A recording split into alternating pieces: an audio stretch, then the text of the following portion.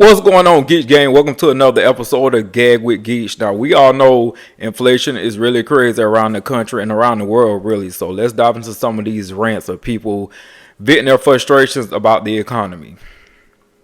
Else just trying to survive inflation, survive the Kroger, survive the grocery store prices, survive all the things to exist, but also be seemingly happy and live life to the fullest, not question what happens after we die, just live, laugh, love our asses down the frickin' sidewalk to all the things, but also sensitive, but also badass, but also angry because they're hungry, and also needs some cuddles, and also wants to read a book, and also wants to take a nap, and also wants to travel the world, but doesn't have any money because of Kroger and the grocery store. Does anybody else have a moment? Anybody else? Also, TikTok, I don't even know what I'm doing on here. I just am having a millennial crisis on TikTok, so thanks for coming to my TikTok.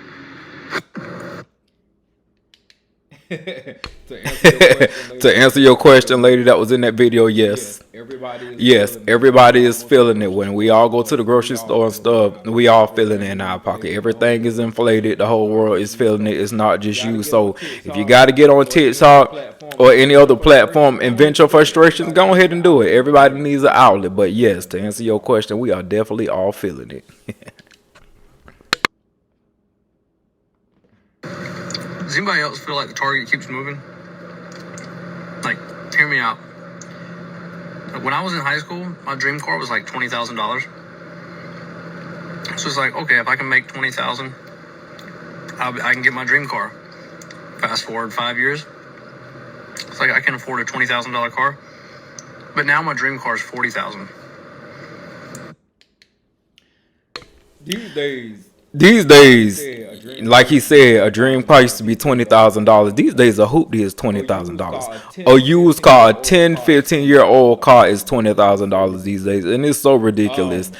I'm happy that I was able to buy my dream car a few years ago, and I bought a used one. I didn't buy a brand new car. I got it used, and I'm thankful that I got so tired of that car payment that I was able to pay my car off. But yes, your dream car has doubled the price. Everything has doubled in price these days. So a $20,000 car, now you're gonna pay $40,000 for a Honda, or Toyota, or something like that. Fast forward another 7-8 years, I can afford $40,000 car. But now my dream car is like $60,000. And it's not even like newer years or newer models. It's the same car. It's still the same 1992 model car. This is just my little Tuesday rant. I am 33 years old, and I just want to give you an example of why our generation and the generation under us is drowning when it comes to just everyday things that we are required to purchase. So the first example that I'm going to give you is household appliances, washers and dryers, refrigerators, dishwashers, okay? My grandmother is 91 years old. She has a refrigerator in her garage from 1976 that still works perfectly. Okay, she still uses that for pop, for juice, for anything when grandkids come over. My husband and I purchased a dishwasher. This is a Frigidaire, and not to mention that dishwashers themselves are expensive, even for the cheaper dishwashers. So we purchased a $700 Frigidaire dishwasher 6 months ago, maybe 7 months ago. And this is what the inside of our dishwasher looks like already. It is completely falling apart. It is rusted out. Almost all of the little brackets, I don't know how many, have already broken off since we purchased this dishwasher 6 months ago. And the worst part is when we called Frigidaire on our warranty, they specifically sent me the warranty exclusions that exclude rust in the warranty. It's like these companies know that the quality of their products are not good, and so they exclude the things that they know are going to happen. So I know. No, that is wild. Everything was included in her warranty except rusting, because they knew it was gonna rust. That's another thing. They making these products. They not how they used to make them.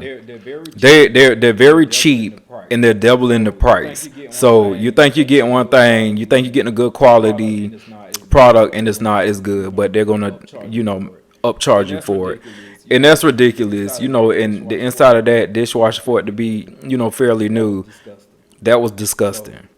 So That's crazy. I'm sorry. that's crazy. I'm sorry she had to go through that, but it's the world we live in. Our generation like complains about how things are and how expensive things are and just the quality of things, but like this is the reality of what we have to deal with. Like we're buying washers and dryers and refrigerators and dishwashers and expensive items way more frequently than my parents or their parents ever had to buy them.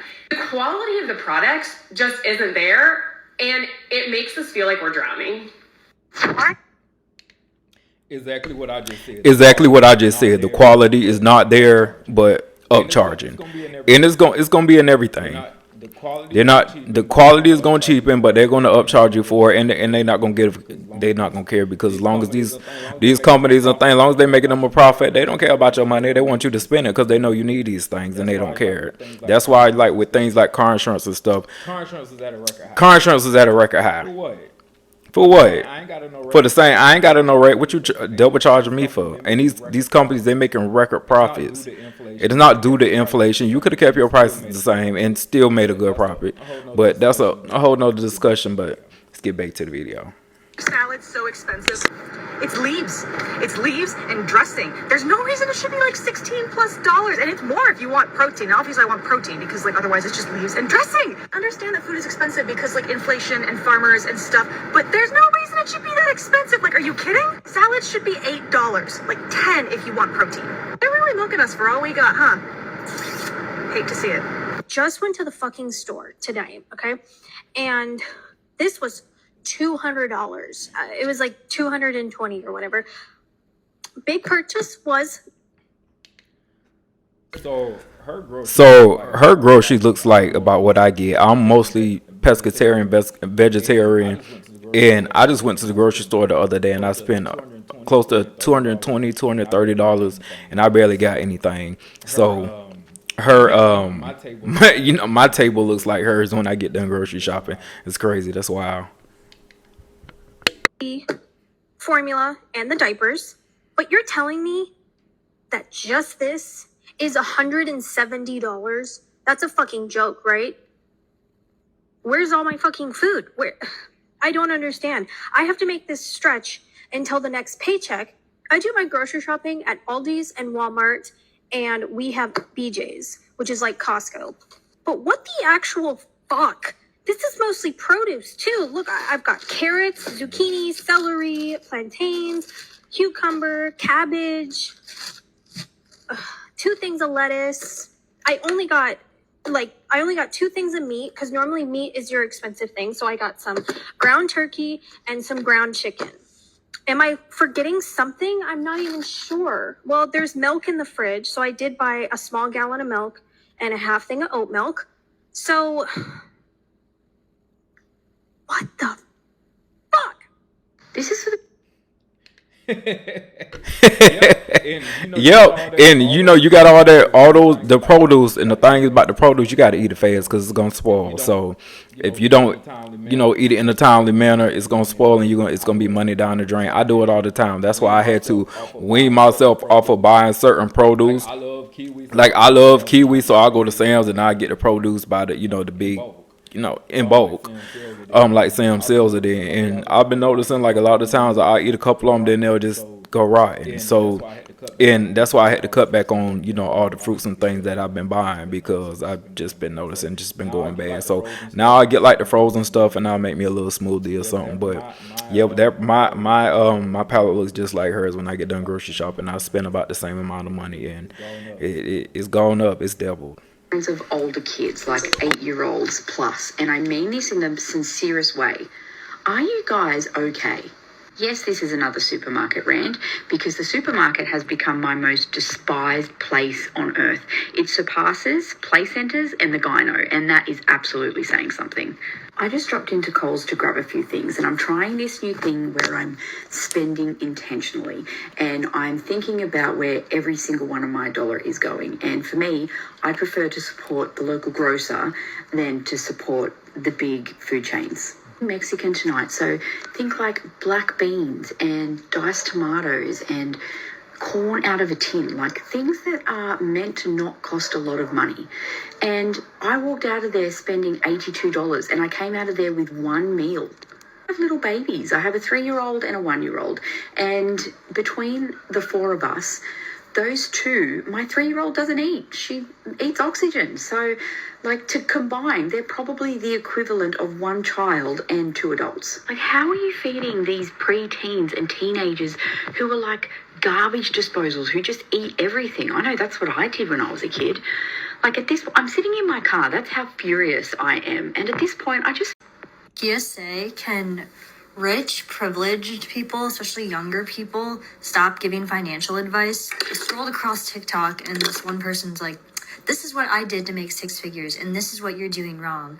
Live below your means and all that BS. Really, you find out that they live at home and don't have any actual true bills like everyday people. Most of us do not have parents that are able to provide for us fully, and good for them. That's not a slight for something that they were born into. But coming on here and acting like they really know what they're talking about when they have no student loan, no debt of any kind, and it's like, yeah, you just live below your means and just make smart spending decisions when most of us are paycheck to paycheck. I'm like, make it make sense. Stop. I think one of the most frustrating. Well, I get what she's saying, but for all those people who live at home with their parents and they don't have any quote unquote real bills, as she said, I feel like they can give the advice to live below your means and stop unnecessary spending, because if they move back in with their parents or they're living with family, they're doing that for a reason, and it's because they are actually practicing what they preach. They are living below their means. They're not doing all the unnecessary spending. And you know, multiple incomes are better than one. So I personally feel like it's great advice from somebody living back at home with their family. They're living below their means. They're practicing what they preach. So I get why she's frustrated, but I mean, they're telling you to do exactly what they do. Not everybody don't want to move back home with their parents. They just don't want to do it. If I had to move back in with my parents, I absolutely would. I don't think I'm better than that, but I'm very thankful that I don't have to, at this point in my life. But if I had to, if push came to shove, I'd definitely be right back in my mama's house and won't care. So the people that's telling you that, they're practicing what they preach. So, I mean, I feel like they have a right to say it. Parts about being a young person today is that we see the ways that things could be better, right? Like, wouldn't it be great if my landlord wasn't legally allowed to raise my rent 20% one year and then do it again the next year? Wouldn't it be great to have a 4-day work week or even like a 6-hour work day? Wouldn't it be great to have more public transit systems so we wouldn't have to rely so heavily on cars all the time? But whenever we say these things, people in power and the older generations are like, that's going to cost money, right? You don't think we're paying for this already? It's just so infuriating that it costs so much to just exist. And none of us really even asked to be here, right? And we have solutions. Like, the solutions are out there, and they may not solve everything, but they would make it better. And the people who are supposed to represent us are like, oh yeah, you have a little idea? Oh, that's cute. Sorry, I have a luncheon to go to. Like, okay, guess we're screwed then, thanks. And I know that America is objectively not the worst place in the world to be, right? But I don't see how wanting better has become like a hot topic. Like, why is it such a divisive thing? Like, this resistance to like things that are very obviously going to help everybody is just so frustrating, because like, why? I feel like people forget that we are where we are right now, like in terms of equality in society, because people chose to make such a stink. Like, maybe we should listen to the people. Just a thought. Alright, Geach Gang, I thank y'all for tuning into yet another episode of Gag with Geach. I'll see y'all in the next video.